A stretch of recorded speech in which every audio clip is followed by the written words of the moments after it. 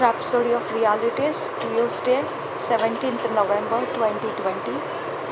आज मंगलवार 17 नवंबर और 2020। जो विषय पास्टर क्रिस ओयाखिलोमे के द्वारा हमको सिखाया जा रहा है वह यह है, इंग्लिश और हिंदी दोनों भाषाओं में हम इसे समझेंगे, ग्रहण करेंगे हमारे विश्वास जीवन में और परमेश्वर के काम करने में और परमेश्वर को भाता हुआ जीवन जीने के लिए जो हमारी सहायता में आता है, इसमें से हमें समझ आता है और जिस प्रकार से हमें इसे समझ लेना है, परमेश्वर के दास जब हमें सिखा रहे हैं तो हमें उसे ग्रहण करना है ताकि हमारा उसके कारण भलाइयाँ हम देख सकें, हम भली बातों के अंदर अपने आप को रख सकें। हमने उसे विश्वास के साथ, दृढ़ता के साथ ग्रहण करना है। आज हम इंग्लिश में ये विषय इस प्रकार से लिखा हुआ है, वो पढ़ेंगे। Living in his marvellous light.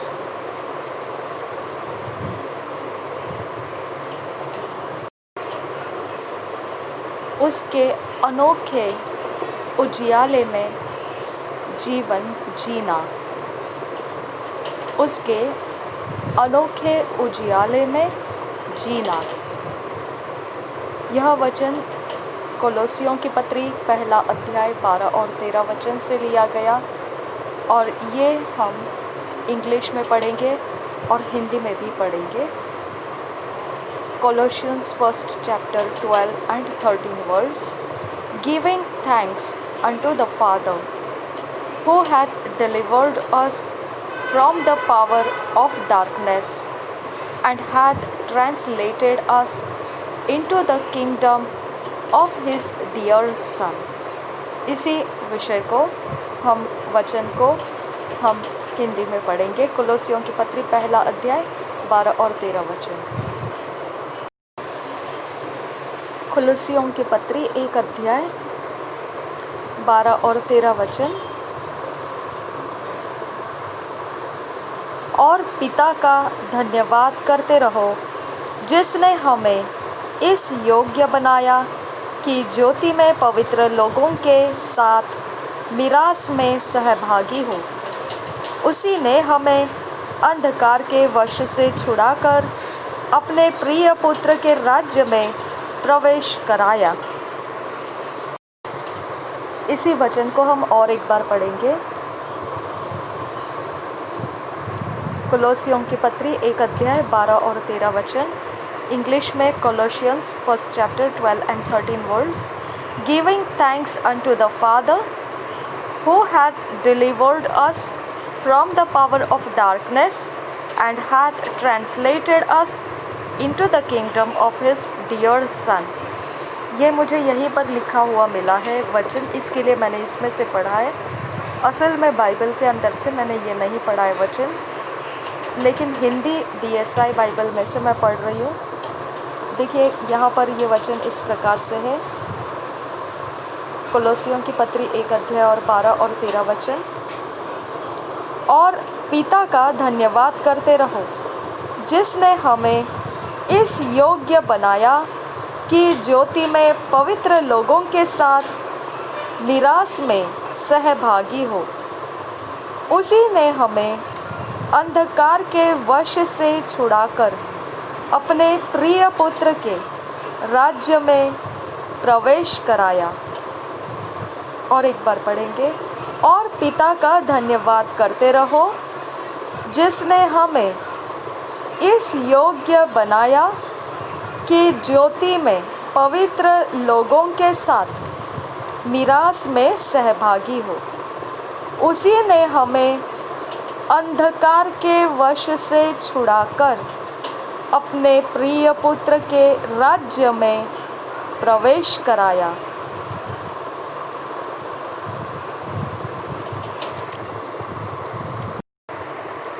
I would to God that all of God's children would understand how powerful the above scripture is। अगर मैं चाहूँ तो परमेश्वर जो है सब कुछ जो परमेश्वर के संतानों को समझना चाहिए। मैं यही चाहूँगा कि ये वो समझे कैसा सामर्थ्य है वह वचन जो अभी हमने पढ़ा है। It says, we have been delivered from the domain of darkness and transferred into the kingdom of the Son of His love. वह हमें इस प्रकार से बताता है कि हमको अंधकार के अधिकारों में से छुटकारा दिया गया है और हमको जो परमेश्वर का इकलौता प्रिय पुत्र है उसके प्रेम भरे राज्य में लाया गया है। That's where you are now, और वहीं पर अभी आप हो। But a Christian who does not have this understanding will be living the life of darkness, thinking the thoughts of darkness from where he is already been transferred. परंतु अगर मसीही यह जानता नहीं हो, उसकी समझ में यह बात मालूम नहीं हो, तो वह अभी भी उसी प्रकार का जीवन जीता रहेगा जो अंधेरे के सोचों में वो जिया करता था, और वही सोचे जो अंधकार की है उसी में वो जीता रहेगा, जहाँ से उसको निकाल कर लाया गया है और ला चुका है, उसे ले लिया गया है, अंधेरे में से उजियाले में ले लिया गया है। जबकि उसे ले लिया गया है, अंधेरे में से उजियाले में ले लिया गया है, फिर भी वो उसी प्रकार के अंधेरे के सोचों के अनुसार अपना जीवन बिताता रहेगा और सोचता भी रहेगा, क्योंकि उसको इस वचन के विषय में जानकारी नहीं है कि उसको अंधेरे के अधिकार में से छुटकारा दिया गया है और पुत्र के प्रेम वाला जो राज्य है उसके अंदर उसे ले लिया गया है। इसकी जानकारी नहीं है, इसकी वजह से वह मसीह होने के बावजूद अभी भी उसी अंधेरे के सोच और उसी के तरीके में वह अपनी ज़िंदगी जीता रहेगा, जबकि वह अंधेरे में से निकाल कर ले लिया गया है उजियाले में, फिर भी वह अंधेरे की सोचों के अनुसार जीता रहेगा। Darkness represents sin, death, evil, and all the negative things that are associated with Satan. अंधेरा जो है वह पाप, मृत्यु, बुराइयाँ और सब कुछ जो नकारात्मक चीज़ें होती है उन्हीं से वह लगी हुई बातों का जो शैतान का है वह सब कुछ अंधेरा है। You have been brought out of everything that's of the devil into God's kingdom of light. आपको जो कुछ भी था शैतान के बारे में आपकी ज़िंदगी में, उन सब कुछ के बाहर आपको निकाल लाया गया है परमेश्वर के उजियाले के राज्य में। Remember, darkness can't overcome light. याद रखिए, अंधकार कभी भी उजियाले के ऊपर प्रबल नहीं हो सकता है। So, if you say, I am experiencing demonic oppression in my life, the question would be, where are you? Where did the demons meet you? अगर तो इसलिए आप ये कह रहे होंगे कि मैं तो शैतानी आत्माओं की सताया हुआ जीवन मेरे जीवन में अनुभव कर रहा हूँ, फिर सवाल यही रहेगा आपके लिए, आप कहाँ हो? और फिर ये शैतान के आत्माएं आपको कहाँ मुलाकात की? If you don't live as one who has been translated into the kingdom of God's dear Son, you can't walk in the authority of God's dear Son.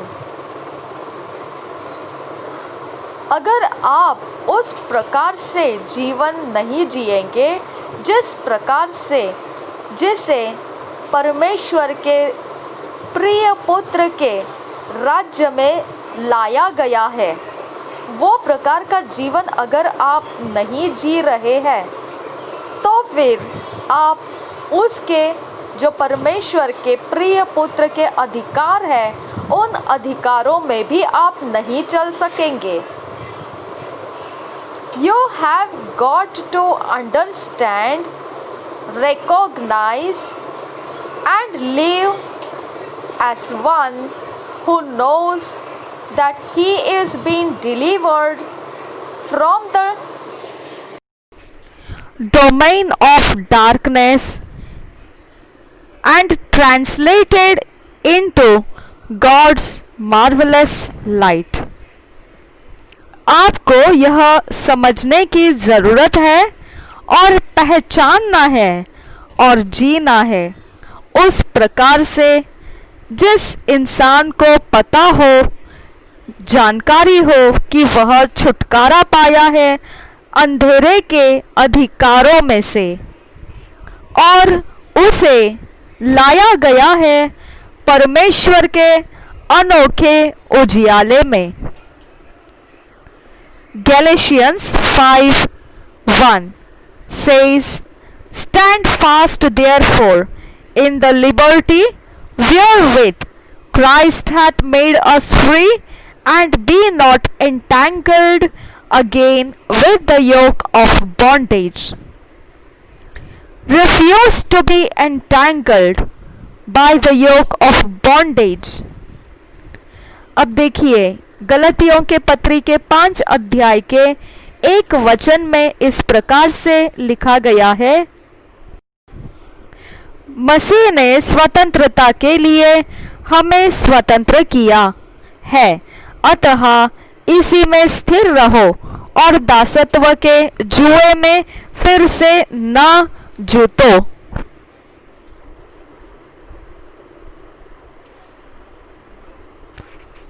देखिए और एक बार हम इसे पढ़ेंगे। इंग्लिश में इस प्रकार से है, stand fast therefore in the liberty wherewith Christ hath made us free, and be not entangled again with the yoke of bondage. पहले से हम इसे फिर से पढ़ेंगे हिंदी में। 5 अध्याय गलतियों की पत्री और पहला वचन, मसीह ने स्वतंत्रता के लिए हमें स्वतंत्र किया है, अतः इसी में स्थिर रहो और दासत्व के जुए में फिर से न जूतो। Thank you Jesus. हमको इनकार करना है उस प्रकार के जुए में जूतने से जो बंधुआई के जुए है। Relocate yourself, change position by saying, from this day I refuse to be under the influence or control of the darkness that rules this present world. I am seated with Christ in power, glory and majesty, with dominion over Satan and the cohorts of darkness. अपने आप की जगह दुरुस्त करके आप सही जगह में अपने आप को लेकर आइए, अपनी जगह बदल दीजिए और बोलिए, आज इस दिन से मैं इनकार करता हूँ कोई भी प्रकार के प्रभाव और नियंत्रण जो अंधेरे के द्वारा मुझ पर राज्य करना चाहती है आज के इस जगत में से। मैं मसीह में बैठा हुआ हूँ महिमा, सामर्थ और महिमा जो प्रभु यीशु मसीह का है, उस स्थान में मैं मसीह के साथ बैठा हुआ हूँ। और सारे जो अंधकार के प्रभुत्व है शैतान के और उसकी जो सेनाएं हैं जो अंधकार में रहती है, उन सब से मैं अलग हूं। I am seated with Christ in power, glory and majesty, with dominion over Satan and the cohorts of darkness. मैं उन पर प्रभुत्व करता हूं, हर वो शैतान के ऊपर और उसके अंधेरे के सारे सेनाओं के ऊपर मैं प्रभुता करता हूं, मैं राज्य करता हूं, क्योंकि मैं मसीह में बैठा हुआ सामर्थ, महिमा और परमेश्वर के राज्य की महिमा से मैं मसीह के संग बैठा हुआ हूं और वहीं से मैं प्रभुत्व करता हूं शैतान के ऊपर और शैतान के सारे सेनाओं के ऊपर मैं प्रभुता करता हूं। और मैं इनकार करता हूं उस प्रभाव और अंधेरे के नियंत्रण के अधीन जाने से जो मुझ पर राज्य करना चाहती है आज इस जगत में। ब्लेसेड बी गॉड, धन्य हो परमेश्वर। No wonder Peter declared, but ye are a chosen generation, a royal priesthood, an holy nation, a peculiar people, that ye should show forth the praises of him who hath called you out of darkness into his marvelous light. 1 Peter 2:9। इस बात में कोई फिर अचंभित होने जैसा नहीं है जब पतरस इस बात को घोषित करता है पहले पतरस की पत्री 2 अध्याय 9 में। पर तुम एक चुना हुआ वंश और राजपदधारी याजकों का समाज और पवित्र लोग और परमेश्वर की निज प्रजा हो, इसलिए कि जिसने तुम्हें अंधकार में से अपनी अद्भुत ज्योति में बुलाया है उसके गुण प्रकट करो। आमेन, थैंक यू जीसस। और एक बार पढ़ेंगे ये वचन।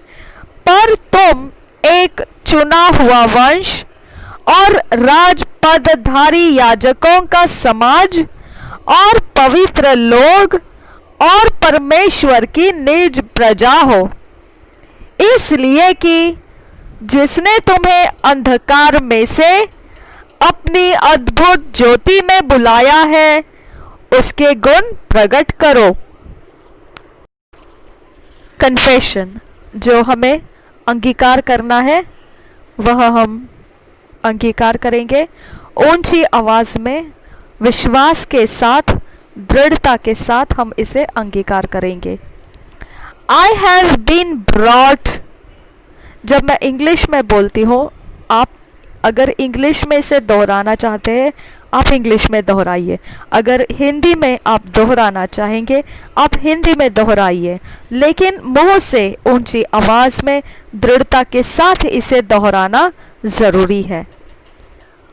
आई have been brought out of sin, sickness, disease, depression, poverty, frustrations, and everything that's of the devil into God's kingdom of light.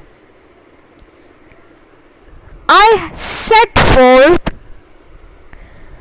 the wonderful deeds and display the virtues and perfections of Him who called me out of darkness into His marvelous light. Hallelujah. अब हम इसे हिंदी में कबूल करेंगे।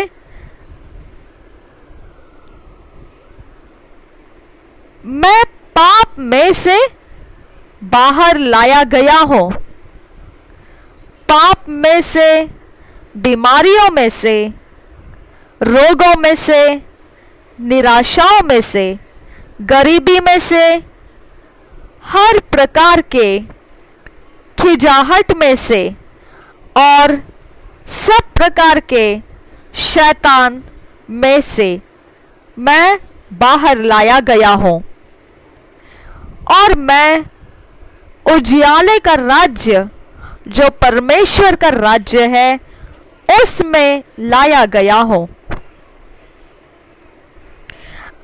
मैं अपने सामने सुंदर कामों को और सुंदर गुणों को प्रदर्शित करने और उसकी सिद्धता में प्रदर्शित होने के लिए मुझे अंधेरे में से बाहर आने के लिए बुलाया गया है।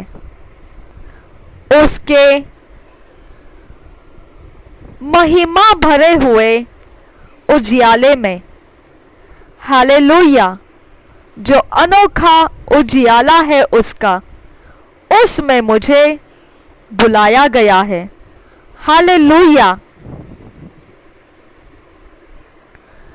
आज जो हमें वचन मनन करने के लिए दिया है वो यूहन्ना का 8 अध्याय 36 वचन हम इंग्लिश में पढ़ेंगे किंग जेम्स वर्शन में से और हिंदी में BSI बाइबल में से। होसिया 4 अध्याय 6 वचन, होशाया 4:6, जॉन्स गॉस्पेल 8:36 और फिर 1 Peters 2 chapter 9th verse amplified classic version में से पढ़ेंगे इंग्लिश में, और हिंदी में पहला पत्रस 2 अध्याय 9 वचन जो है वो हिंदी में BSI बाइबल में से पढ़ेंगे। इसी वचन को इंग्लिश में जब पढ़ना है तब हम एम्प्लीफाइड क्लासिक वर्शन में पढ़ेंगे। बाकी सारे वचन हम किंग जेम्स वर्शन में पढ़ेंगे इंग्लिश में और हिंदी में BSI बाइबल में से। John's gospel 8th chapter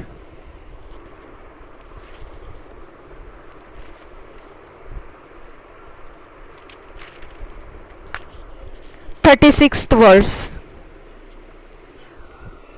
king James version में से पढ़ेंगे।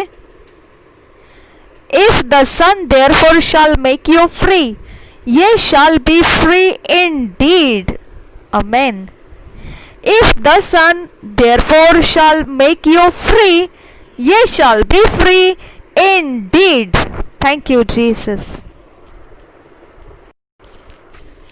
यूहन्ना का सुसमाचार 8 अध्याय 36 वचन, इसलिए यदि पुत्र तुम्हें स्वतंत्र करेगा तो सचमुच तुम स्वतंत्र हो जाओगे।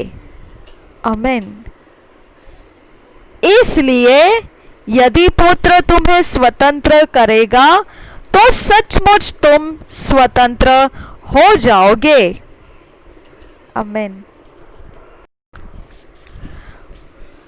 होसिया 4th chapter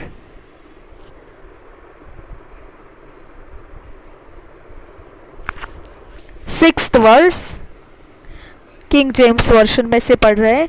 my people are destroyed for lack of knowledge, because thou hast rejected knowledge, I will also reject thee, that thou shalt be no priest to me, seeing thou hast forgotten the law of thy God, I will also forget thy children. होशे 4 अध्याय 6 वचन, मेरे ज्ञान के न होने से मेरी प्रजा नष्ट हो गई, तूने मेरे ज्ञान को तुच्छ जाना है, इसलिए मैं तुझे अपना याजक रहने के अयोग्य ठहराऊंगा, इसलिए कि तूने अपने परमेश्वर की व्यवस्था को तज दिया है। मैं भी तेरे बाल बच्चों को छोड़ दूंगा।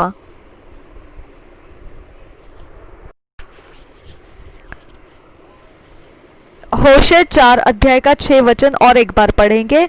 मेरे ज्ञान के न होने से मेरी प्रजा नष्ट हो गई, तूने मेरे ज्ञान को तुच्छ जाना है, इसलिए मैं तुझे अपना याजक रहने के अयोग्य ठहराऊंगा, इसलिए कि तूने अपने परमेश्वर की व्यवस्था को तज दिया है। मैं भी तेरे बाल बच्चों को छोड़ दूंगा। 1 Peter 2nd chapter 9th verse, but ye are a chosen generation, a royal priesthood, and holy nation, a peculiar people, that ye should show forth the praises of him who hath called you out of darkness into his marvelous light। 9th verse और एक बार पढ़ेंगे। 1 Peter 2nd chapter 9th verse और एक बार पढ़ेंगे king James version में से। But ye are a chosen generation, a royal priesthood, and holy nation, a peculiar people, that ye should show forth the praises of him who hath called you out of darkness into his marvelous light। पहला पत्रस 2 अध्याय 9 वचन, पर तुम एक चुना हुआ वंश और राजपदधारी याजकों का समाज और पवित्र लोग और परमेश्वर की निज प्रजा हो, इसलिए कि जिसने तुम्हें अंधकार में से अपनी अद्भुत ज्योति में बुलाया है, उसके गुण प्रकट करो। हालेलुया। और एक बार पढ़ेंगे पहला पत्रस 2 अध्याय 9 वचन BSI बाइबल में से, पर तुम एक चुना हुआ वंश और राजपदधारी याजकों का समाज और पवित्र लोग और परमेश्वर की निज प्रजा हो, इसलिए कि जिसने तुम्हें अंधकार में से अपनी अद्भुत ज्योति में बुलाया है, उसके गुण प्रकट करो, उसके गुण प्रकट करो। थैंक यू आबा फादर। जिसने तुम्हें अंधकार में से अपनी अद्भुत ज्योति में बुलाया है, जिसने तुम्हें अंधकार में से अपनी अद्भुत ज्योति में बुलाया है। हम खुद नहीं आए हैं, परमेश्वर ने हमको बुलाया है उसके गुण प्रकट करने के लिए। थैंक यू आबा फादर। हम खुद नहीं आए हैं, तूने हमें बुलाया है। Thank you Jesus. अंधेरे में से हमको बुलाया। थैंक यू आबा फादर। तेरे अद्भुत ज्योति में हमें बुलाया। थैंक यू आबा। Thank you Jesus. Thank you आबा। तेरे गुण प्रकट करने के लिए तूने हमें बुलाया। आई थैंक यू आबा। I thank you Jesus. I thank you Holy Spirit. Thank you Lord. Thank you. 1 Peter 2nd chapter 9th verse हम Amplified Bible Classic Edition में से हम पढ़ेंगे इंग्लिश में। But you are a chosen race, a royal priesthood, a dedicated nation, God's own purchased special people, that you may set forth the wonderful deeds and display the virtues and perfections of him who called you out of darkness into his marvelous light। और एक बार पढ़ेंगे। But you are a chosen race. ये मैं हिंदी में आपको बताती हूँ क्या लिखा है यहाँ पर, क्यों ये ट्रांसलेशन को चुना गया है, क्योंकि इसमें विस्तारित तौर पर ऐसी बातें और ज़्यादा बढ़ाकर इसमें समझाया जाता है। इसके लिए उसे विस्तारित बाइबल, इंग्लिश में एम्प्लीफाइड बाइबल कहा जाता है। तो हम इसके क्लासिक एडिशन में से पढ़ रहे हैं। तुम चुने हुई जाति, रॉयल प्रीस्टहुड, याजकों का समाज, डेडिकेटेड नेशन, समर्पित राष्ट्र, गॉड्स ओन परचेस्ड, परमेश्वर ने खुद खरीद लिए हुए हम उसके लोग हैं। हालेलुया। ये खास बात इस वचन में हमको पढ़ने को मिलता है। गॉड्स ओन परचेस्ड, हमको खरीदा गया है। हम परमेश्वर के पर्सनल प्रॉपर्टी है। हम खुद परमेश्वर ने हमको खरीद लिया है। आमीन। और उसके बाद और विस्तारित इसे समझाया जाता है इस वचन में, स्पेशल पीपल, खास लोग हैं, ताकि हम क्या कर सकते हैं, that you may set fourth the wonderful deeds and display the virtues.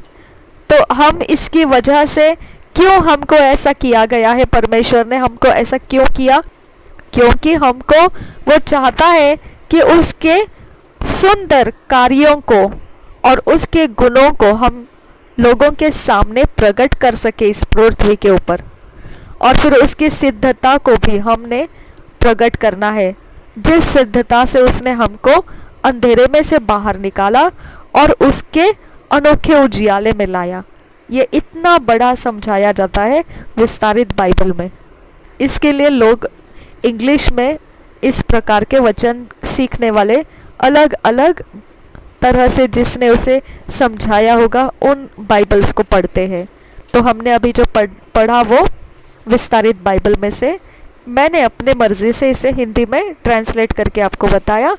ये आपको विस्तारित बाइबल ऐसा हिंदी में है या नहीं अभी तक तो मुझे पता नहीं है, लेकिन अगर मिले तो ज़रूर आप उसे पढ़ सकते हैं। अब हम आगे जाएंगे।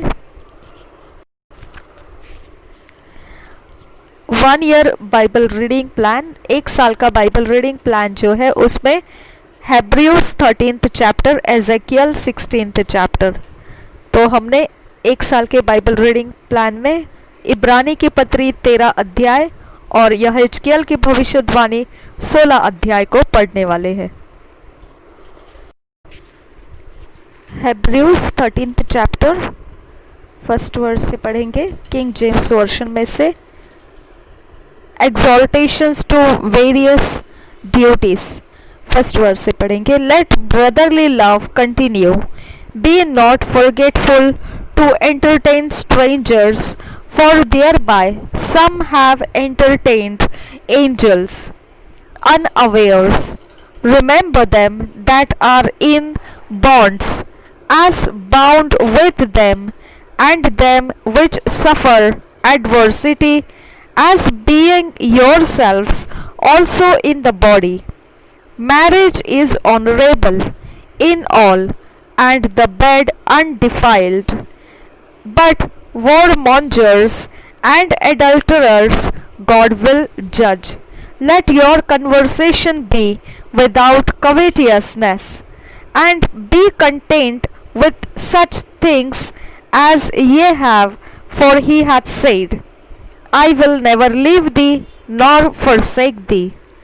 So that we may boldly say, the Lord is my helper, and I will not fear what man shall do unto me.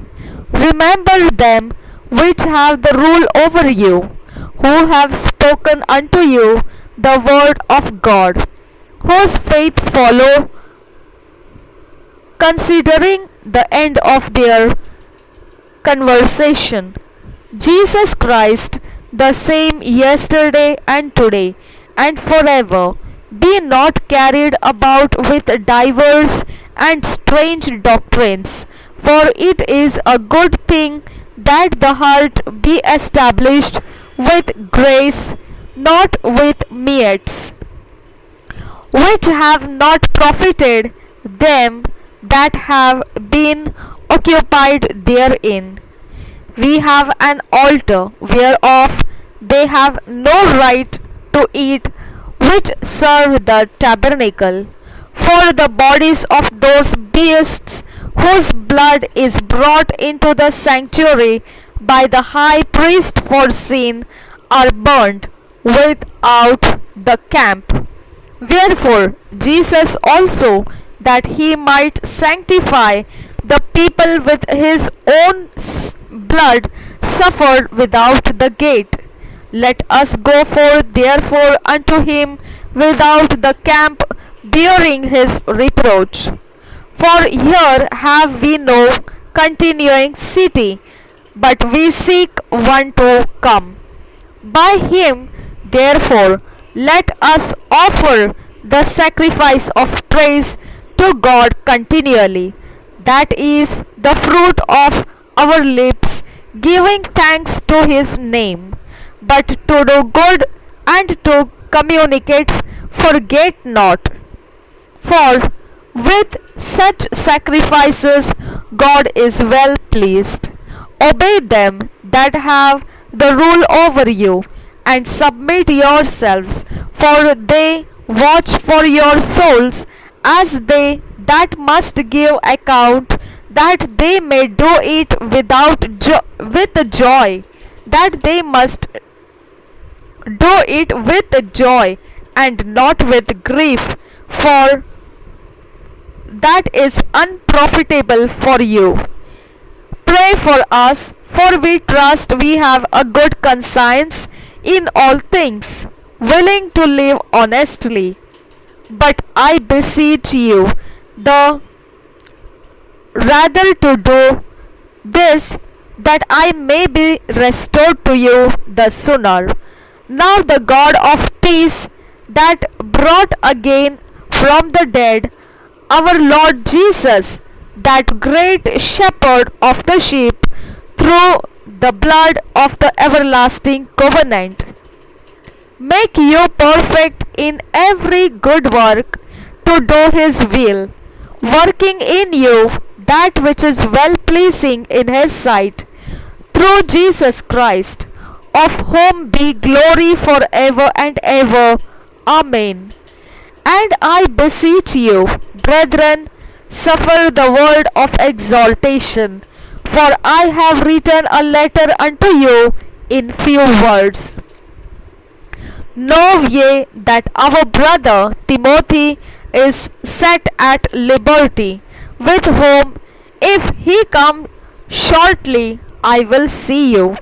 Salute all them that have the rule over you, and all the saints. They of Italy salute you. Grace be with you all. Amen. Written to the Hebrews from Italy by Timothy. इब्रानियों की पत्री 13 अध्याय, मसीह जीवन जीने के निर्देश। पहले वचन से पढ़ेंगे। भाईचारे की प्रीति बनी रहे, अतिथि सत्कार करना न भूलना, क्योंकि इसके द्वारा कुछ लोगों ने अनजाने में स्वर्गदूतों का आदर सत्कार किया है। कैदियों की ऐसी सुधि लो कि मानो उनके साथ तुम भी कैद हो, और जिनके साथ बुरा बर्ताव किया जाता है उनकी भी यह समझकर सुधि लिया करो कि हमारी भी देह है। विवाह सब में आदर की बात समझी जाए, और विवाह बिछौना निष्कलंक रहे, क्योंकि परमेश्वर व्यभिचारियों और पर स्त्री गामियों का न्याय करेगा।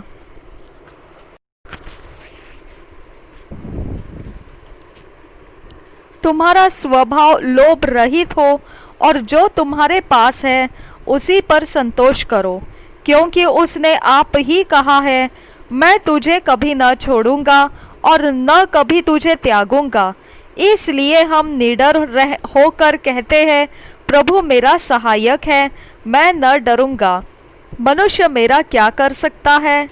जो तुम्हारे अगुए थे और जिन्होंने तुम्हें परमेश्वर का वचन सुनाया है उन्हें स्मरण रखो और ध्यान से उनके चाल चलन का अंत देखकर उनके विश्वास का अनुकरण करो। यीशु मसीह कल और आज और युगानुयुग एक सा है। नाना प्रकार के विचित्र उपदेशों से न भरमाए जाओ, क्योंकि मन का अनुग्रह से दृढ़ रहना भला है, न कि उन खाने की वस्तुओं से जिनसे काम रखने वालों को कुछ लाभ न हुआ। हमारी एक ऐसी वेदी है जिस पर से खाने का अधिकार उन लोगों को नहीं जो तंबू की सेवा करते हैं, क्योंकि जिन पशुओं का लहू महायाजक पाप बलि के लिए पवित्र स्थान में ले जाता है उनकी देह छावनी के बाहर जलाई जाती है।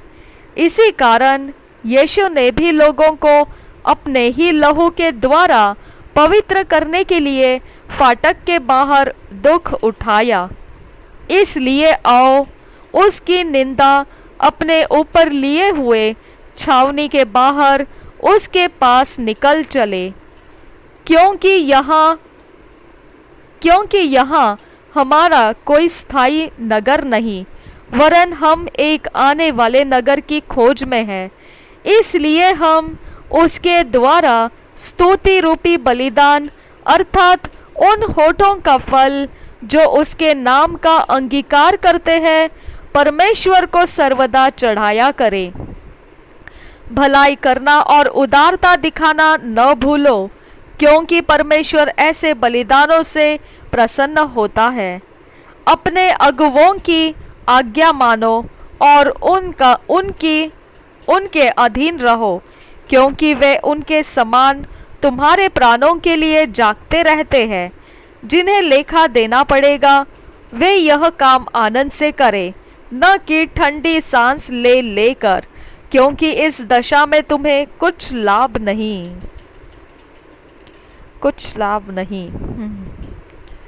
न कि ठंडी सांस ले लेकर, क्योंकि इस दशा में तुम्हें कुछ लाभ नहीं। I agree with you, Father. I agree with you. Thank you, Jesus. न कि ठंडी सांस ले लेकर, क्योंकि इस दशा में तुम्हें कुछ लाभ नहीं। हमारे लिए प्रार्थना करते रहो, क्योंकि हमें भरोसा है कि हमारा विवेक शुद्ध है और हम सब बातों में अच्छी चाल चलना चाहते हैं। प्रार्थना करने के लिए मैं तुम्हें और भी समझाता हूँ कि मैं शीघ्र तुम्हारे पास फिर आ सकूं। अब शांतिदाता परमेश्वर जो हमारे प्रभु यीशु को, जो भेड़ों का महान रखवाला है, सनातन वाचा के लहू के गुण से मरे हुओं में से जिलाकर ले आया, तुम्हें हर एक भली बात में सिद्ध करे, जिससे तुम उसकी इच्छा पूरी करो और जो कुछ उसको भाता है उसे यीशु मसीह के द्वारा हम में उत्पन्न करे। उसी की महिमा युगानुयुग होती रहे। आमीन। हे भाइयों, मैं तुमसे विनती करता हूँ कि इस उपदेश की बातों को सह लो, क्योंकि मैंने तुम्हें बहुत संक्षेप में लिखा है। तुम्हें यह ज्ञात हो कि तीमुथियुस हमारा भाई छूट गया है, और यदि वह शीघ्र आ गया तो मैं उसके साथ तुमसे भेंट करूँगा। अपने सब अगुवों और सब पवित्र लोगों को नमस्कार कहो। इटली वाले तुम्हें नमस्कार कहते हैं। तुम सब पर अनुग्रह होता रहे। आमीन।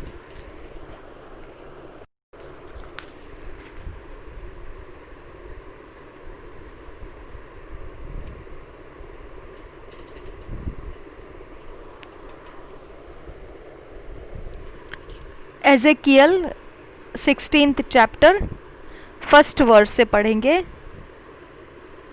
By a wretched infant is shewed the original state of Jerusalem, God's love to her, she is threatened with severe judgments. Mercy promised her in the end. Chapter 16 Ezekiel का इंट्रोडक्शन पढ़ा मैंने, अब फर्स्ट वर्स से पढ़ेंगे. Again the word of the Lord came unto me, saying, Son of man, cause Jerusalem to know her abominations, and say, Thus saith the Lord God unto Jerusalem, Thy birth and thy nativity is of the land of Canaan, thy father was an Amorite, and thy mother an Hittite. And as for thy nativity, in the day thou wast born, thy navel was not cut, neither wast thou washed in water to supple thee. Thou wast not salted at all, nor swaddled at all. None I pitied thee, to do any of this unto thee, to have compassion upon thee. But thou wast cast out in the open field to the loathing of thy person in the day that thou wast born. And when I passed by thee, and saw thee polluted in thine own blood, I said unto thee, When thou wast in thy blood, live. Yea, I said unto thee, when thou wast in thy blood, live. I have caused thee to multiply as the bud of the field, and thou hast increased and waxen great, and thou art come to excellent ornaments. Thy breasts are fashioned, and thine hair is grown, whereas thou wast naked and bare. And now when I passed by thee, and looked upon thee, behold, thy time was the time of love, and I spread my skirt over thee, and covered thy nakedness. Yea, I swear unto thee, and entered into a covenant with thee, saith the Lord God, and thou becamest mine. Then washed I thee with water, yea, I truly washed away thy blood from thee, and I anointed thee with oil. I clothed thee also with broidered work, and showed thee with badger's skin, and I girded thee about with fine linen, and I covered thee with silk. I decked thee also with ornaments, and I put bracelets upon thy hands, and a chain on thy neck, and I put a jewel on thy forehead, and earrings in thine ears, and a beautiful crown upon thine head. Thus wast thou decked with gold and silver, and thy raiment was of fine linen, and silk, and broidered work. Thou didst eat fine flour, and honey, and oil, and thou wast exceeding beautiful, and thou didst prosper into a kingdom. And thy renown went forth among the heathen for thy beauty, for it was perfect through my comeliness, which I had put upon thee, saith the Lord God. But thou didst trust in thine own beauty, and playest the harlot because of thy renown, and pourest out thy fornications on every one that passed by his it was. And of thy garments thou didst take, and deckest thy high places, and divers colors, and placed the harlot thereupon. The like things shall not come, neither shall it be so.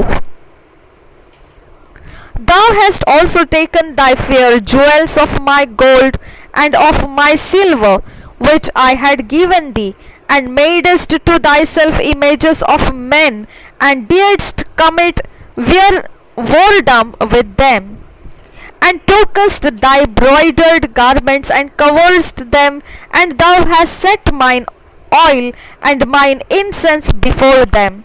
My meat also, which I gave thee, fine flour and oil, and on honey wherewith I fed thee, thou hast even set it before them for a sweet savour, and thus it was, saith the Lord God.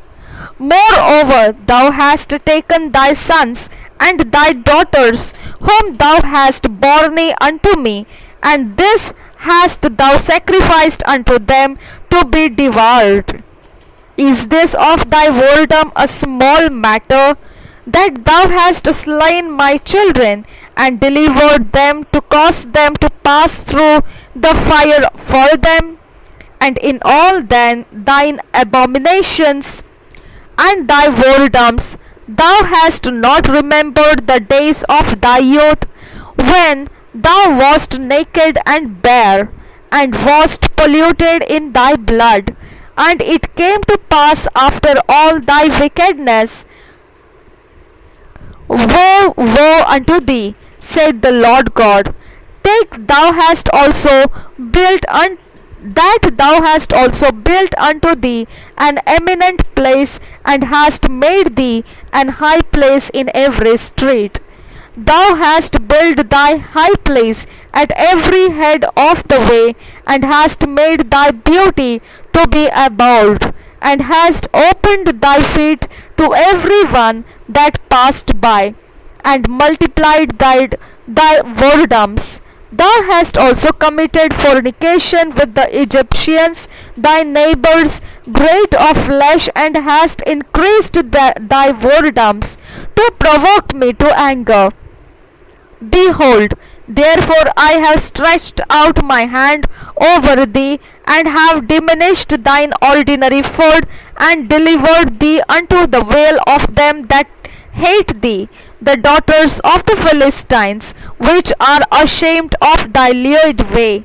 Thou hast played the war also with the Assyrians, because thou wast unsatiable, yea, thou hast played the harlot with them, and yet couldst not be satisfied. Thou hast moreover multiplied thy fornication in the land of Canaan unto Chaldea, and yet thou wast not satisfied herewith. How weak is thine heart, saith the Lord God, seeing thou doest all these things, the work of an imperious whorish woman, in that thou buildest thine eminent place in the head of every way, and makest thine high place in every street, and hast not been as an harlot in that thou scornest hire, but as a wife that committeth adultery, which taketh strangers instead of her husband.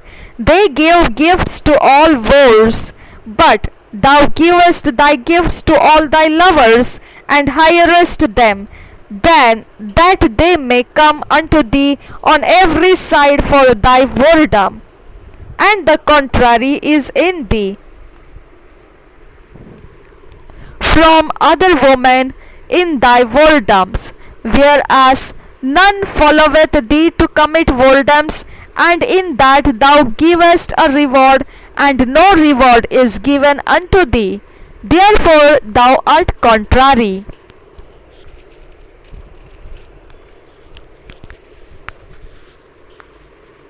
Wherefore, 35th verse, wherefore, O harlot, hear the word of the Lord.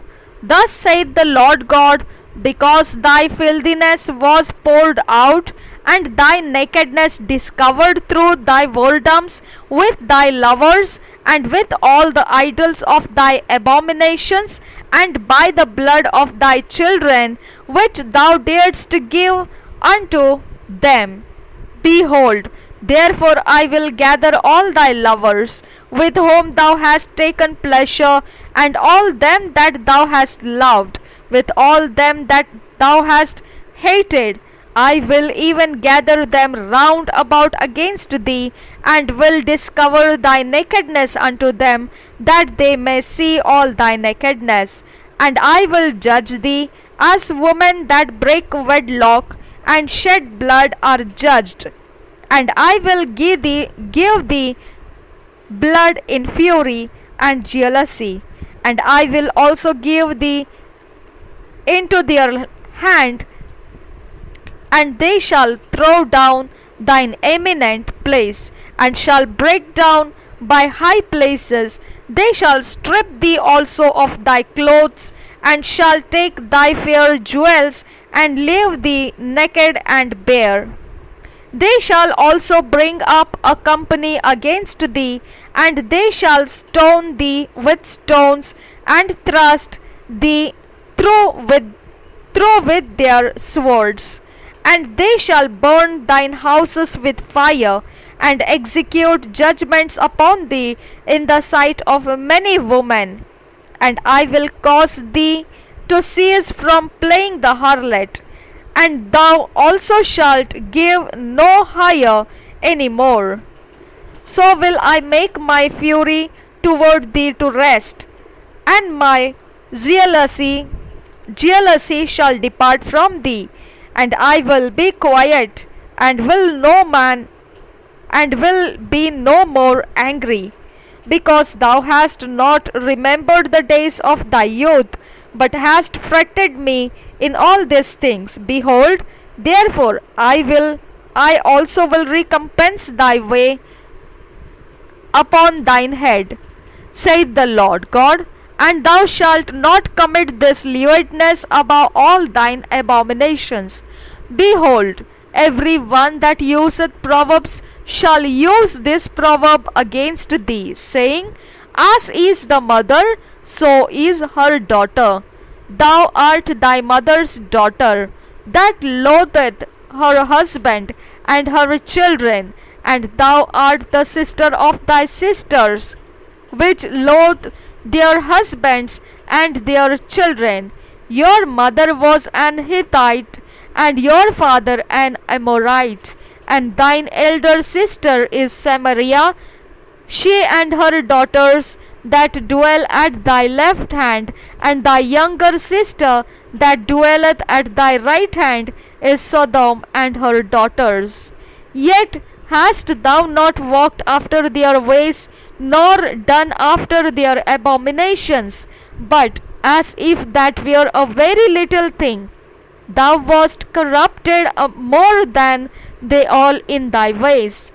As I live, saith the Lord God, Sodom thy sister hath not done, she nor her daughters, as thou hast done, thou and thy daughters.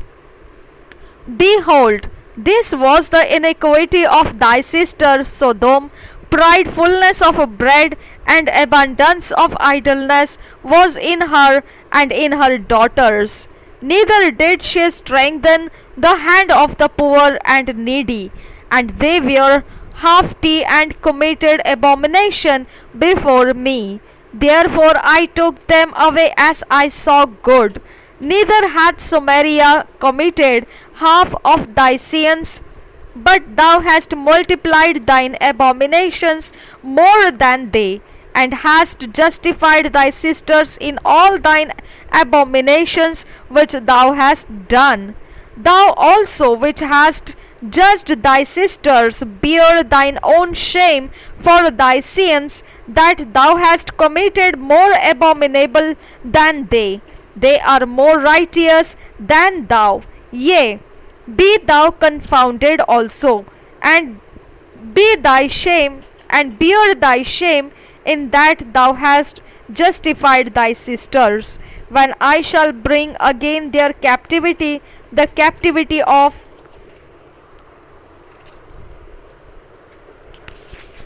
Sodom and her daughters, and the captivity of Samaria and her daughters. Then will I bring again the captivity of thy captives in the midst of them, that thou mayest bear thine own shame, and mayest be confounded in all that thou hast done, in that thou art a comfort unto them. When thy sister Sodom and her daughters shall return to their former estate, and Samaria and her daughters shall return to their former estate, then thou and thy daughters shall return to your former estate. For thy sister Sodom was not mentioned by thy mouth in the day of thy pride, before thy wickedness was discovered, as at the time of thy reproach of the daughters of Syria, and all that are round about her, the daughters of the Philistines, which despise thee round about. Thou hast borne thy lewdness and thine abominations, saith the Lord. For thus saith the Lord God, I will even deal with thee, as thou hast done, which hast despised the oath in breaking the covenant. Nevertheless, I will remember my covenant with thee in the days of thy youth, and I will establish unto thee an everlasting covenant.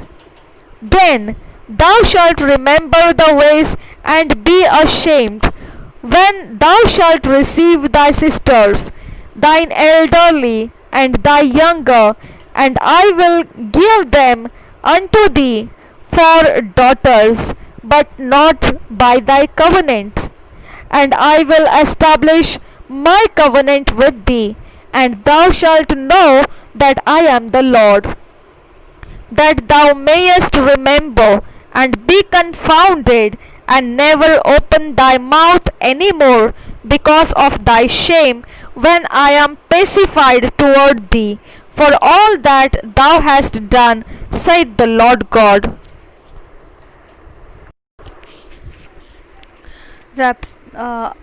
Ezekiel यहेजकेल की भविष्यवाणी 16 अध्याय हम पहले वचन से पढ़ेंगे। व्यभिचारिणी यरूशलेम, पहले वचन से पढ़ेंगे, फिर हम यहेजकेल की भविष्यवाणी पढ़ रहे हैं 16 अध्याय पहले वचन से। और इसका जो इंट्रोडक्शन है वो हिंदी इंट्रोडक्शन में व्यभिचारिणी यरूशलेम फर्स्ट वर्स से पढ़ेंगे, पहले वचन से। फिर यहोवा का यह वचन मेरे पास पहुंचा, हे मनुष्य के संतान। देखिए एक्चुअली मैं ये वचन, ये जब चैप्टर इंग्लिश में पढ़ रही थी तो मेरे समझ में ये आ रहा था कि जो सामरी स्त्री थी उसको प्रभु यीशु कहता है कि तू जो पानी लेने के लिए आती है, जो जिसके साथ तू बात कर रही है वो तुझे जीवन का पानी दे सकता है और वो कभी ना प्यास लगेगी, इस प्रकार का वो जल रहेगा। तो मेरे समझ में ये अध्याय ये बताता है कि जो परमेश्वर के विपरीत चले हुए लोग थे उनके विषय में है ये, और वो हम लोग हैं, वो जेंटाइल्स से, वो अन्य जाति है। तो ये मेंशन नहीं किया है अन्य जाति के विषय में, लेकिन ये सब कुछ जो है ना हमको यहाँ दिखाई देता है कि ये अन्य जाति के विषय में बताया जा रहा है। और आदम और हवा को ये चमड़े का वस्त्र दिया गया, वो भी इनके वचन के अंदर, इस अध्याय के अंदर मेंशन किए गए वचन है। एक्चुअली आप ध्यान से इसे देखेंगे ना, अच्छे से आप ध्यान से इसे पढ़ेंगे अकेले में, तो आपको समझ में आएगा कि आदम और हवा को चमड़े का वस्त्र दिया था परमेश्वर ने। और अन्य जाति मतलब जो परमेश्वर ने नूह के समय बचा लिया था लोगों को, उन सृष्टि के अंदर से जो लोग तैयार हुए उनके विषय में, उनकी पीढ़ी में से हम आगे चल के आए हैं। तो फिर हमारे बारे में परमेश्वर क्या कहता है, ये सब मतलब वो लोग अभी जो हम देखते हैं अन्य जाति है, अभी हम देखते हैं जो अभी तक प्रभु में नहीं आए हैं, उद्धार में नहीं आए हैं, उनके लिए परमेश्वर ने यीशु मसीह को कुर्बानी पर दे दिया। तो क्या था परमेश्वर का रिश्ता हम सबके साथ, ये मुझे इसके अंदर दिखाई देता है। देखिए अगर आपको ये समझ में आता है तो, लेकिन मैंने बहुत गहराई से इसको, मेरे अंदर कुछ है ऐसा कि हो रहा है, ऐसा कि समझ में आ रहा है कि इस प्रकार से ये अध्याय है। मैं कॉन्फिडेंस से सिर्फ मैं अपने लिए बोल सकती हूँ, आप अपनी तरफ से इसे मैं पढ़ रही हूँ, आप भी पढ़ सकते हैं। और समझ सकते हैं। हम पढ़ेंगे पहले वचन से। फिर यहोवा का यह वचन मेरे पास पहुंचा, हे मनुष्य के संतान, यरूशलेम को उसके सब घृणित काम जता दे और उससे कह, हे यरूशलेम, प्रभु यहोवा तुझसे यूँ कहता है, तेरा जन्म और तेरी उत्पत्ति कनानियों के देश से हुई। तेरा पिता तो एमोरी और तेरी माता हित्तिन थी। तेरा जन्म ऐसे हुआ कि जिस दिन तू जन्मी उस दिन न तेरा नाल काटा गया, न तो शुद्ध होने के लिए धोई गई, न तेरे कुछ लोन मला गया और न तो कुछ कपड़ों में लपेटी गई। किसी की दया दृष्टि तुझ पर नहीं हुई कि इन कामों में से तेरे लिए एक भी काम किया जाता, वरन अपने जन्म के दिन तो घृणित होने के कारण खुले मैदान में फेंक दी गई थी। जब मैं तेरे पास से होकर निकला और तुझे लहू में लौटते हुए देखा, तब मैंने तुझसे कहा, हे लहू में लौटती हुई जीवित रह। देखिए क्या लिखा है यहाँ पर जन्म के विषय में।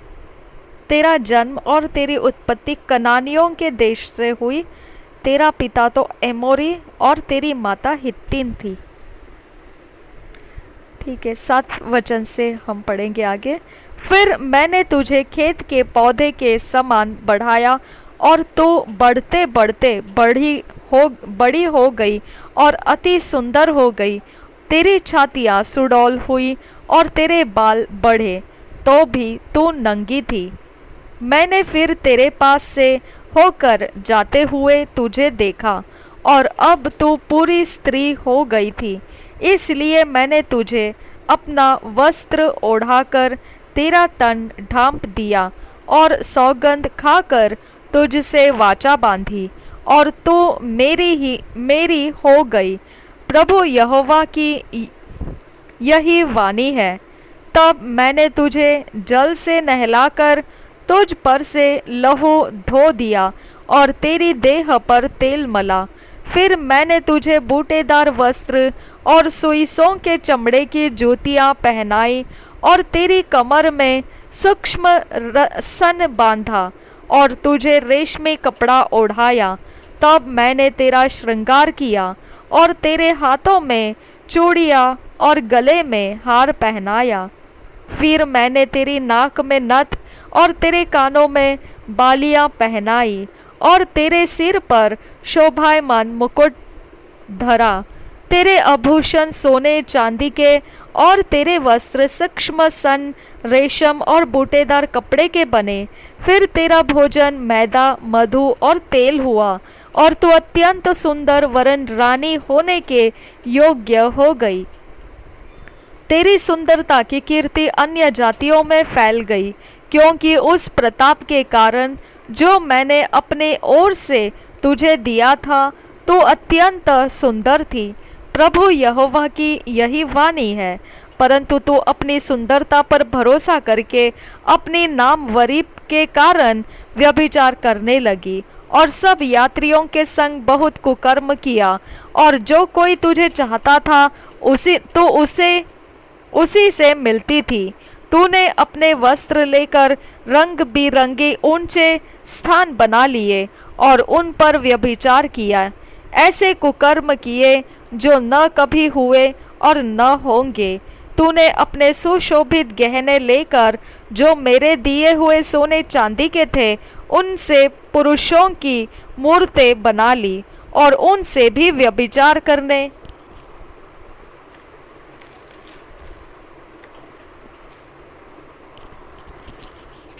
लगी और अपने बूटेदार वस्त्र लेकर उनको पहनाए और मेरा तेल और मेरा धूप उनके सामने चढ़ाया।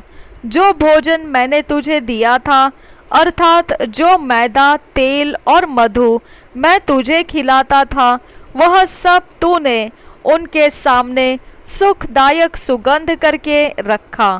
प्रभु यहोवा की यही वाणी है कि यूं ही हुआ।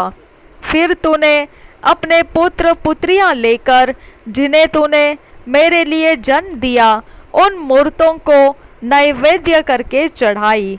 क्या तेरा व्यभिचार ऐसी छोटी बात थी कि तूने मेरे बाल बच्चे उन मूर्तों के आगे आग में चढ़ाकर घात किए हैं? तूने अपने सब घृणित कामों में और व्यभिचार करते हुए अपने बचपन के दिनों को कभी सूधी न ली, जबकि तू नंगी अपने लहू में लौटती थी। यरूशलेम का जीवन एक वेश्या के समान। 23 वचन से आगे, तेरा उस सारी बुराई के पीछे क्या हुआ? प्रभु यहोवा की यह वाणी है, हाय तुझ पर हाय, तूने एक गुम्मट बनवा लिया और हर एक चौक में एक ऊंचा स्थान बनवा लिया, और एक एक सड़क के सिरे पर भी तूने अपना ऊंचा स्थान बनवाकर अपनी सुंदरता घृणित करा दी, और हर एक यात्री को कुकर्म के लिए बुलाकर महाव्यभिचारिणी हो गई। तूने अपने पड़ोसी मिस्री लोगों से भी, जो मोटे ताजे हैं, व्यभिचार किया, और मुझे क्रोध दिलाने के लिए अपना व्यभिचार बढ़ाती गई। इस कारण मैंने अपना हाथ तेरे विरुद्ध बढ़ाकर तेरा प्रतिदिन का खाना घटा दिया, और तेरी बैरिन पलिश्ती स्त्रियां जो तेरे महापाप की चाल से लजाती है, उनकी इच्छा पर मैंने तुझे छोड़ दिया है। फिर भी तेरी तृष्णा न बुझी, इसलिए तूने अश्शूरी लोगों से भी व्यभिचार किया, और उनसे व्यभिचार करने पर भी तेरी तृष्णा न बुझी। फिर तू लेन देन के देश में व्यभिचार करते करते कसदियों के देश तक पहुंची, और वहां भी तेरी तृष्णा न बुझी। प्रभु यहोवा की यह वाणी है कि तेरा हृदय कैसा चंचल है कि तू ये सब काम करती है, जो निर्लज्ज वेश्या ही के काम है।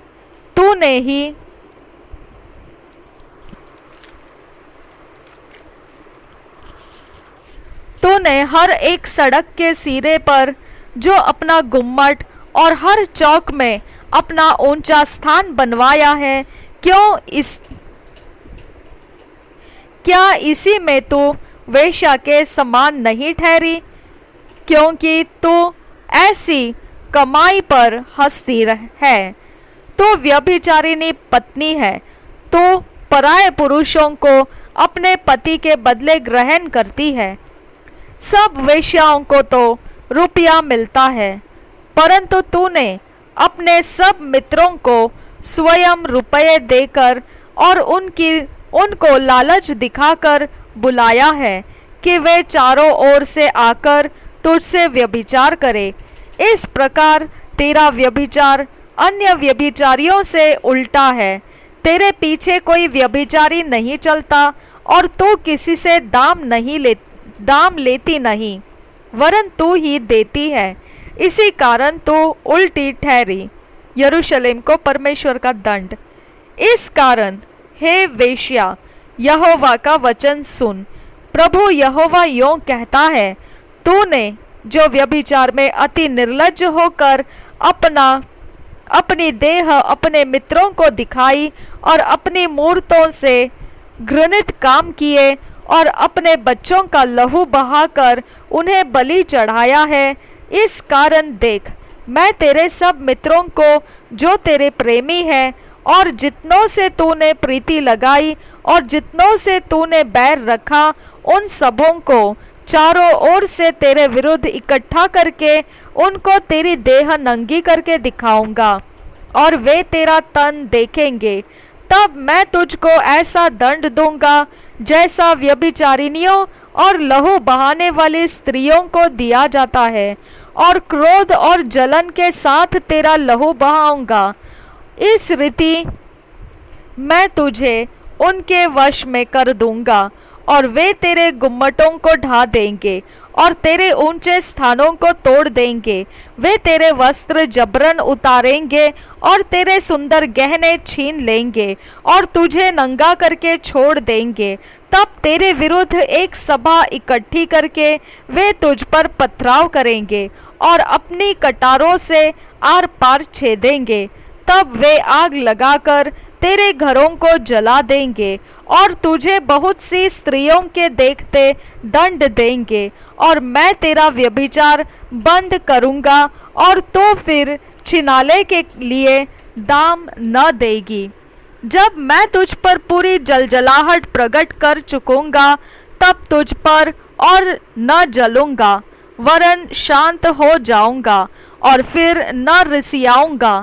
तूने जो अपने बचपन के दिन स्मरण नहीं रखे, वरन इन सब बातों के द्वारा मुझे चिढ़ाया, इस कारण मैं तेरा चाल चलन तेरे सिर पर डालूंगा, और तू अपने सब पिछले घृणित कामों से और अधिक महापाप न करेगी। प्रभु यहोवा की यही वाणी है, जैसी माँ वैसी पुत्री।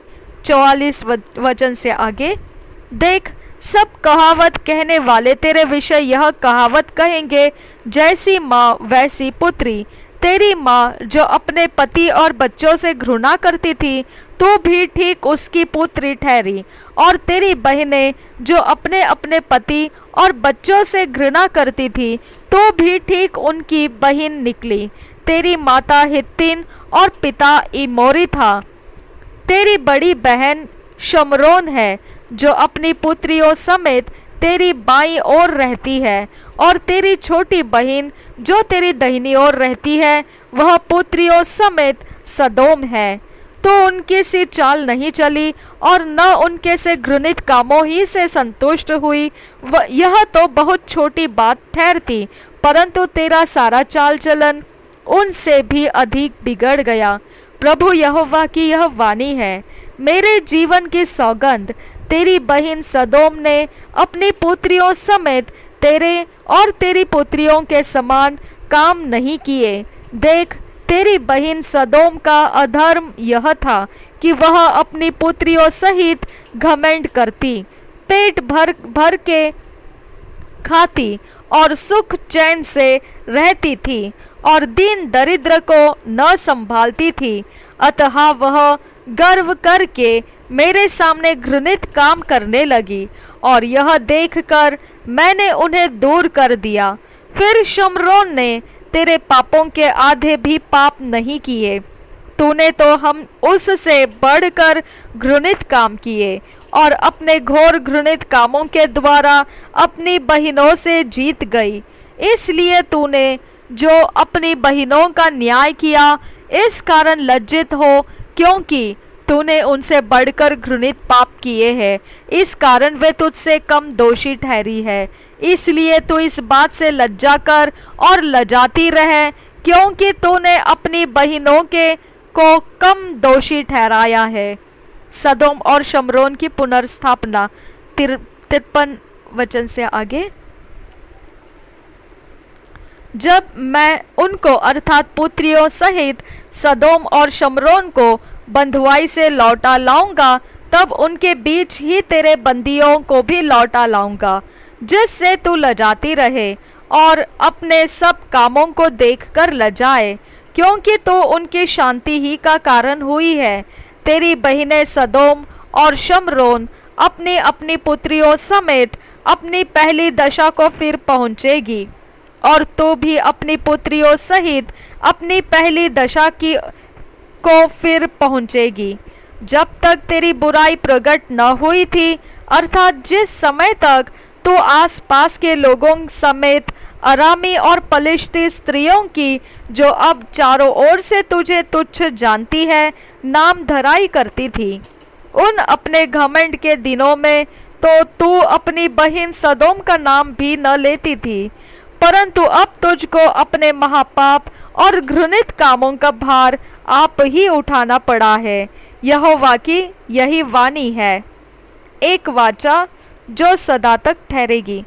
59 वचन से आगे, प्रभु यहोवा यह कहता है, मैं तेरे साथ ऐसा ही बर्ताव करूंगा जैसा तूने किया है, क्योंकि तूने तो वाचा तोड़कर शपथ तुझ जानी है, तो भी मैं तेरे बचपन के दिनों की अपनी वाचा स्मरण करूंगा और तेरे साथ सदा की वाचा बांधूंगा।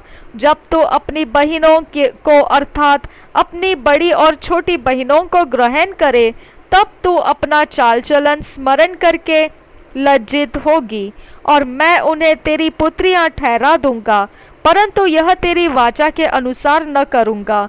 मैं तेरे साथ अपनी वाचा स्थिर करूंगा और तब तू जान लेगी कि मैं यहोवा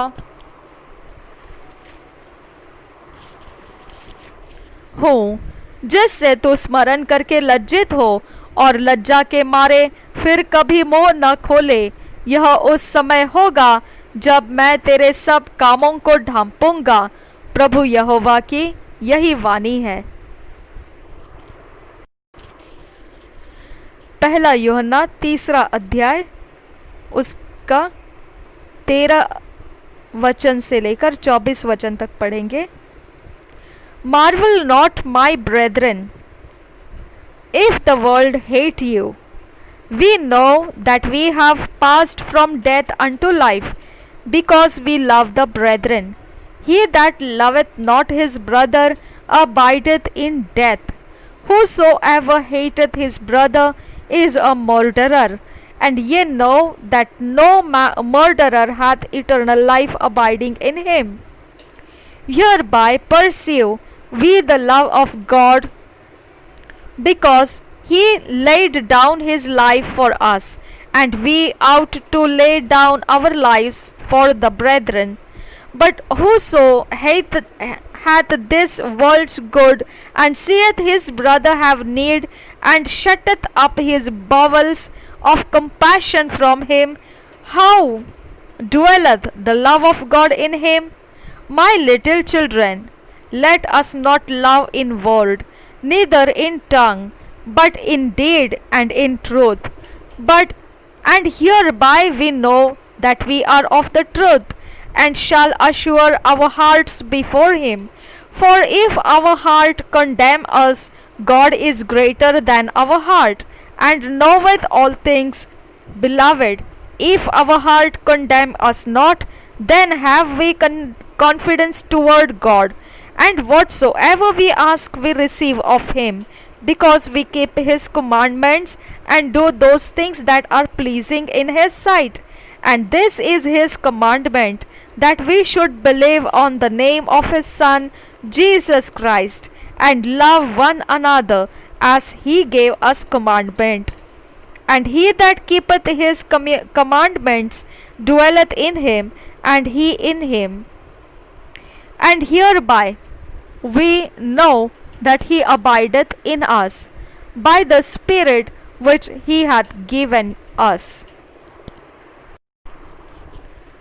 पहला यूहन्ना 3 अध्याय 13 वचन से लेकर पढ़ेंगे। हे भाइयों, यदि संसार तुमसे बैर करता है तो अचंभा न करना। हम जानते हैं कि हम मृत्यु से पार होकर जीवन में पहुँचे हैं, क्योंकि हम भाइयों से प्रेम रखते हैं। जो प्रेम नहीं रखता वह मृत्यु की दशा में रहता है। जो कोई अपने भाई से बैर रखता है वह हत्यारा है, और तुम जानते हो कि किसी हत्यारे में अनंत जीवन नहीं रहता। हमने प्रेम इसी से जाना कि उसने हमारे लिए अपने प्राण दे दिए, और हमें भी भाइयों के लिए प्राण देना चाहिए।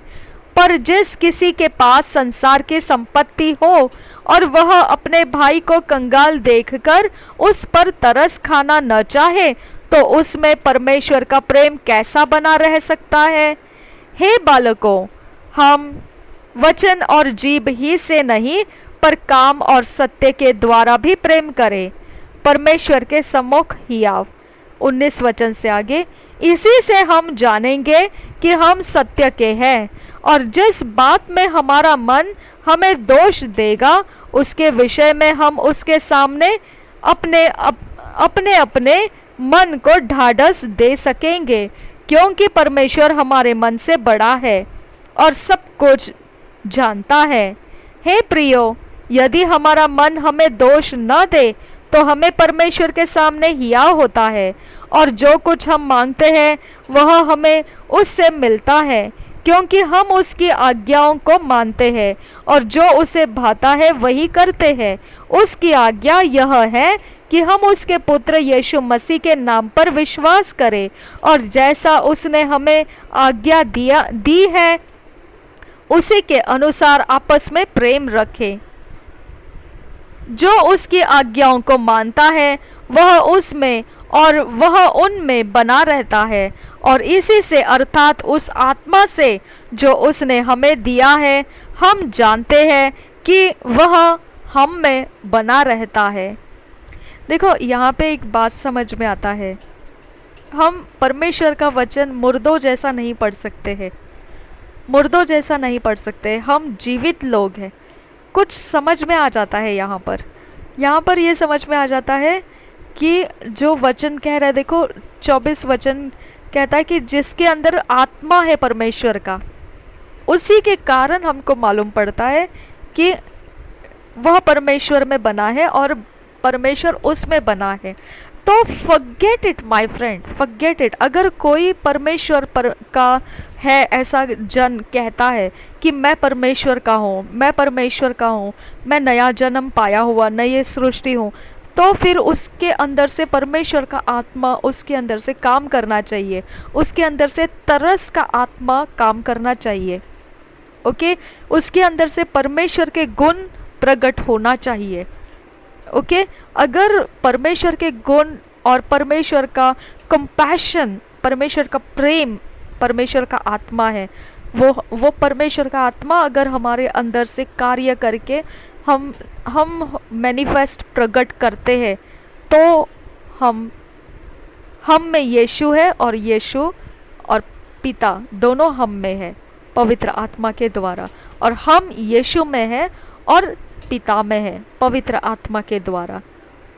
अदरवाइज सब बोलने की बातें हैं, सिर्फ बोलने की, उनके अंदर सच्चे मसीहत नहीं है। इसीलिए मसीहों के ऊपर सिर्फ मसीही लेबल लग चुका है, इसके लिए विश्वास करना बहुत डेंजरस साबित हो सकता है। आपको ध्यान रखना है, केवल कोई नया जन्म पाया है ऐसा अगर किसी ने बोला है और फिर आप उसके ऊपर अपने मन की सारी बातों को खोलते जाएंगे कि वो मसीह है तो मसीह के समान उसके साथ रहना है, नहीं, आपको उसके फलों को देखने की ज़रूरत है। परमेश्वर का आत्मा का गुण उसके अंदर से निकलता है माय फ्रेंड्स, निकलता है। वो स्वाद है, वो खुशबू है परमेश्वर के आत्मा की। वो खुशबू अगर कोई आपको नहीं देता है, छुपा के रखता है, आपके सामने वो प्रकट नहीं होने देता है, आप उसके बारे में अपने मन में विश्वास रखना बहुत बड़ी गलती हो जाएगी। हमको परमेश्वर ने इसीलिए चुना है अंधकार में से, इसीलिए हमको बाहर लाया है कि हम उसके गुणों को प्रकट करना है, छुपा के नहीं रखना है। ये धन हमको फुकट में मिला है, हमने इससे पैसे देके नहीं खरीदा। ये गुण लोग पर्सनालिटी डेवलपमेंट करने के लिए पैसे लगाते हैं, सक्सेसफुल होने के लिए पैसे लगाते हैं। बिना पैसे के दुनिया नहीं चलती है। लेकिन परमेश्वर ने हमको जो लिया है, अंधकार में से बाहर निकाल के ले लिया है, वो इसलिए लिया है कि हमने उसके गुणों को प्रकट करना है। मुझे बहुत हैरानी होती है ये बात देख के कि मसीही लोग अपने आप को बॉर्न अगेन क्रिश्चियंस बोलते हैं और फिर एक दूसरे को वो मसीही के अनुसार नहीं ट्रीट करते हैं। भेड़ के खाल में भेड़िया जैसा छुपा रहता है, उस तरह से वो ट्रीट करते हैं और ऊपर लेबल लगाते हैं हम मसीह है। कम ऑन, किसको उल्लू बनाते हैं? ये समझने की बात है। जब हम परमेश्वर का वचन सामने आमना सामना करते हैं, बात ख़त्म हो जाती है और बहस रखने की जगह नहीं रहती है। हमको मुर्दों के जैसे नहीं पढ़ना है वचन को, हम जीवित लोग हैं। वचन हमको कहीं ना कहीं ठोक ठोक कर खोलता भी है, सुधारता भी है, समझने की ताकत भी देता है, बढ़ने की ताकत देता है, उन्नति करने की ताकत देता है। हमको फैलना है उसके अंदर। अपने दायरों में हम नहीं बैठने रहना है, हमारे दायरे परमेश्वर सीमलेस बनाना है। ओके, दैट मीन्स अबाउंडिंग बनाना है, पार होकर हमको बहुत कुछ समझ में आना चाहिए। तो हम और परमेश्वर में कुछ है, हम एक दूसरे में मिले हुए हैं, अदरवाइज सब बोलने की बातें हैं।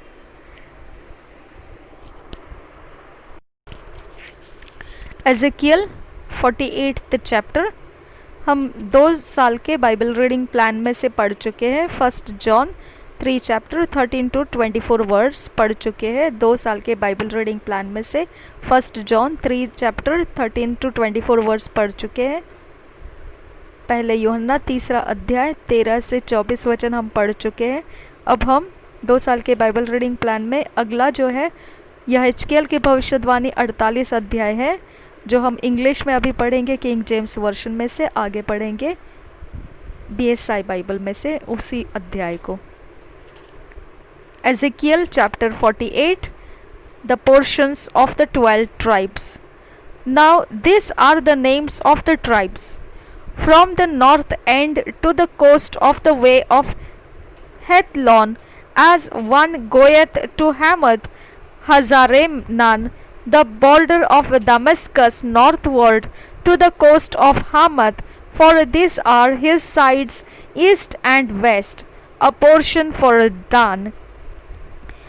And by the border of Dan, from the east side unto the west side, a portion for Asher. And by the border of Asher, from the east side even unto the west side, a portion for Naphtali. And by the border of Naphtali, from the east side unto the west side, a portion for Manasseh. And by the border of Manasseh, from the east side unto the west side, a portion for Ephraim. And by the border of Ephraim, from the east side even unto the west side, a portion for Reuben. And by the border of Reuben, from the east side unto the west side, a portion for Judah. And by the border of Judah, from the east side unto the west side, shall be the offering which ye shall offer of 25,000 reeds in breadth and in length, as one of the other parts, from the east side unto the west side, and the sanctuary shall be in the midst of it. The oblation that ye shall offer unto the Lord shall be of 25,000 in length, and of 10,000 in breadth. And for them, even for the priests, shall be this holy oblation. Toward the north 25,000 in length, and toward the west 10,000 in breadth, and toward the east 10,000 in breadth, and toward the south 25,000 in length. And the sanctuary of the Lord shall be in the midst thereof. It shall be for the priests that are sanctified of the sons of Zadok, which have kept my charge, which went not astray when the children of Israel went astray, as the Levites went astray. And this oblation of the land that is offered shall be unto them a thing most holy by the border of the Levites. And over against the border of the priests, the Levites shall have 25,000 in length, and 10,000 in breadth. All the length shall be 25,000, and the breadth 10,000. And they shall not sell of it, neither exchange nor alienate the first fruits of the land, for it is holy unto the Lord. And the 5,000 that are left in the breadth over against the 25,000 shall be a profane place for the city, for dwelling of and for suburbs, and the city shall be in the midst thereof. And this shall be the measures thereof: the north side 4,500, and the south side 4,500, and on the east side 4,500, and the west side 4,500, and the suburbs of the city shall be toward the north 250, and toward the south 250, and toward the east 250, and toward the west 250, and the residue in length over against the oblation of the holy portion shall be 10,000 eastward and 10,000 westward, and it shall be over against the oblation of the holy portion, and the increase thereof shall be for food unto them that serve the city. And they that serve the city shall serve it out of all the tribes of Israel. All the oblation shall be 25,000 by 25,000. Ye shall offer the holy oblation foursquare with the possession of the city, and the residue shall be for the prince on the one side, and on the other of the holy oblation and of the possession of the city over against the 25,000 of the oblation toward the east border, and westward over against the 25,000 toward the west border, over against the portions for the prince. And it shall be the holy oblation, and the sanctuary of the house shall be in the midst thereof. Moreover, from the possession of the Levites and from the possession of the city, bring in the midst of that which is the prince's, between the border of Judah and the border of Benjamin, shall be for the prince. As for the rest of the tribes, from the east side unto the west side, Benjamin shall have a portion. And by the border of Benjamin, from the east side unto the west side, Simeon shall have a portion. And by the border of Simeon, from the east side unto the west side, Issachar a portion.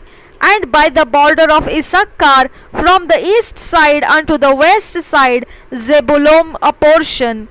And by the border of Zebulun, from the east side unto the west side, Gad a portion. And by the border of Gad at the south side southward, the border shall be even from Tamar unto the waters of strife in Kadesh, and to the river toward the great sea. This is the land which ye shall divide by lot unto the tribes of Israel for inheritance. And these are their portions, saith the Lord God.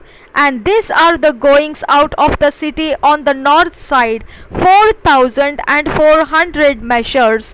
And the gates of the city shall be after the names of the tribes of Israel, 3 gates northward, 1 gate of Reuben, 1 gate of Judah, 1 gate of Levi, and at the east side 4,400, and 3 gates, and 1 gate of Joseph, 1 gate of Benjamin, 1 gate of Dan, and at the south side 4,500 measures, and 3 gates, 1 gate of Simeon, 1 gate of Issachar, 1 gate of Zebulun.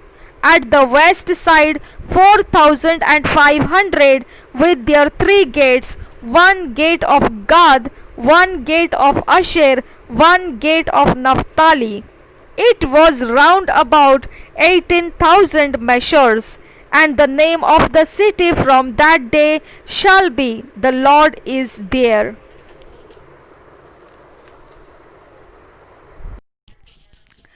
गोत्रों में भूमि वितरण। यहेजकेल की भविष्यवाणी 48 अध्याय। गोत्रों के भाग ये हो, उत्तरी सीमा से लगा हुआ हेतलोन के मार्ग के पास से हमात की घाटी तक, और दमिश्क की सीमा के पास के हसरेनान से उत्तर की ओर हमात के पास तक एक भाग दान का हो और उसकी पूर्वी और पश्चिमी सीमा भी हो। दान के सीमा से लगा हुआ पूर्व से पश्चिम तक अशेर का एक भाग हो। अशेर की सीमा से लगा हुआ पूर्व से पश्चिम तक नप्ताली का एक भाग हो। नप्ताली की सीमा से लगा हुआ पूर्व से पश्चिम तक मनश्शे का एक भाग। मनश्शे की सीमा से लगा हुआ पूर्व से पश्चिम तक अप्रैम का एक भाग हो। अप्रैम की सीमा से लगा हुआ पूर्व से पश्चिम तक रूबेन का एक भाग हो। रूबेन की सीमा से लगा हुआ पूर्व से पश्चिम तक यहूदा का एक भाग हो। देश के मध्य में भूमि का विशेष भाग हो। 8 वचन से आगे, यहूदा की सीमा से लगा हुआ पूर्व से पश्चिम तक वह अर्पण किया हुआ भाग हो जिसे तुम्हें अर्पण करना होगा। वह 25,000 बांस चौड़ा और पूर्व से पश्चिम तक किसी एक गोत्र के भाग के तुल्य लंबा हो और उसके बीच में पवित्र स्थान हो। जो भाग तुम्हें यहोवा को अर्पण करना होगा उसकी लंबाई 25,000 बांस और चौड़ाई 10,000 बांस की हो। यह अर्पण किया हुआ पवित्र भाग याजकों को मिले। वह उत्तर की ओर 25,000 बांस लंबा, पश्चिम की ओर 10,000 बांस चौड़ा, पूर्व ओर 10,000 बांस चौड़ा और दक्षिण की ओर 25,000 बांस लंबा हो और उसके बीचों बीच यहोवा का पवित्र स्थान हो। यह विशेष पवित्र भाग सदोक की संतान के उन याजकों का हो जो मेरी आज्ञाओं का पालन करते रहे और इस्राएलियों के भटक जाने के समय लेवियों के समान न भटके थे। इसलिए देश के अर्पण किए हुए भाग में से यह उनके लिए अर्पण किया हुआ भाग अर्थात परम पवित्र देश ठहरे।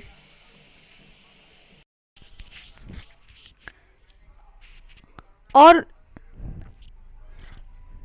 लेवियों की सीमा से लगा रहे। याजकों की सीमा से लगा हुआ लेवियों का भाग हो। वह 25,000 बांस लंबा और 10,000 बांस चौड़ा हो।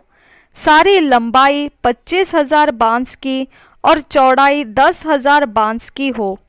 वे उसमें से न तो कुछ बेचे न दूसरी भूमि से बदले और न भूमि को पहली उपज और किसी को दी जाए, क्योंकि वह यहोवा के लिए पवित्र है। चौड़ाई के 25,000 बांस के सामने जो 5,000 बचा रहेगा वह नगर और बस्ती और चराई के लिए साधारण भाग हो और नगर उसके बीच में हो। नगर की यह माप हो अर्थात उत्तर, दक्षिण, पूर्व और पश्चिम की ओर 4,500 हजार हाथ।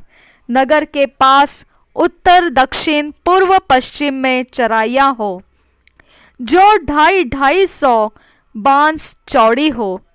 अर्पण किए हुए पवित्र भाग के पास की लंबाई में से जो कुछ बचे अर्थात पूर्व और पश्चिम दोनों ओर 10-10, 20 बांस जो अर्पण किए हुए भाग के पास हो, उसकी उपज नगर में परिश्रम करने वालों के खाने के लिए हो। इस्राएल के सारे गोत्रों में से जो नगर में परिश्रम करे वे उसकी खेती किया करे। सारा अर्पण किया हुआ भाग 25,000 बांस लंबा और 25,000 बांस चौड़ा हो। तुम्हें चौकोर पवित्र भाग अर्पण करना होगा जिसमें नगर के विशेष भूमि हो। जो भाग रह जाए वह प्रधान को मिले। पवित्र अर्पण किए हुए भाग के और नगर की विशेष भूमि के दोनों ओर अर्थात उनके पूर्व और पश्चिम की ओर के 25-25 हजार बांस की चौड़ाई के पास जो और गोत्रों के भागों के पास रहे वह प्रधान को मिले। अर्पण किया हुआ पवित्र भाग और भवन का पवित्र स्थान उनके बीच में हो। जो प्रधान का भाग होगा वह लेवियों के बीच और नगरों की विशेष भूमि हो। प्रधान का भाग यहूदा और बन्यामीन की सीमा के बीच में हो। अन्य गोत्रों के भाग इस प्रकार हो। 23 वचन से आगे, पूर्व से पश्चिम तक बन्यामीन का एक भाग हो। बन्यामीन के सीमा से लगा हुआ पूर्व से पश्चिम तक बन्यामीन का एक भाग हो। बन्यामीन के सीमा से लगा हुआ पूर्व से पश्चिम तक शिमोन का एक भाग। शिमोन की सीमा से लगा हुआ पूर्व से पश्चिम तक इस्साकार का एक भाग। इस्साकार की सीमा से लगा हुआ पूर्व से पश्चिम तक जबूलून का एक भाग। जबूलून की सीमा से लगा हुआ पूर्व से पश्चिम तक गाद का एक भाग। और गाद की सीमा के पास दक्षिण की ओर की सीमा तमार से लेकर कादेश के मेरिबोत नामक सोते तक और मिस्र के नाले और महासागर तक पहुंचे। जो देश तुम्हें इस्राएल के गोत्रों को बांटना होगा वह यही है, और उनके भाग भी ये ही है। परमेश्वर यहोवा की यही वाणी है। नगर के द्वार, 30 वचन से आगे, नगर के निकास ये हो, अर्थात उत्तर की ओर जिसकी लंबाई 4,500 बांस की हो, उसमें 3 फाटक हो, अर्थात एक रूबेन का फाटक, एक यहूदा का फाटक और एक लेवी का फाटक हो, क्योंकि नगर के फाटकों के नाम इस्राएल के गोत्रों के नामों पर रखने होंगे।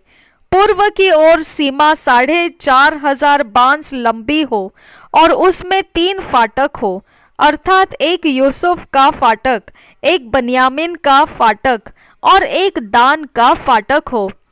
दक्षिण की ओर सीमा 4,500 बांस लंबी हो और उसमें 3 फाटक हो, अर्थात एक शिमोन का फाटक, एक इस्साकार का फाटक और एक जबूलून का फाटक हो। और पश्चिम की ओर सीमा 4,500 बांस लंबी हो और उसमें 3 फाटक हो, अर्थात एक गाद का फाटक, एक अशेर का फाटक और एक नप्ताली का फाटक हो। नगर के चारों ओर का घेरा 18,000 बांस का हो, और उस दिन से आगे को नगर का नाम यहोवा शम्मा रहेगा। प्रभु यीशु हम सब के साथ बना रहे। आमेन, आमेन, आमेन।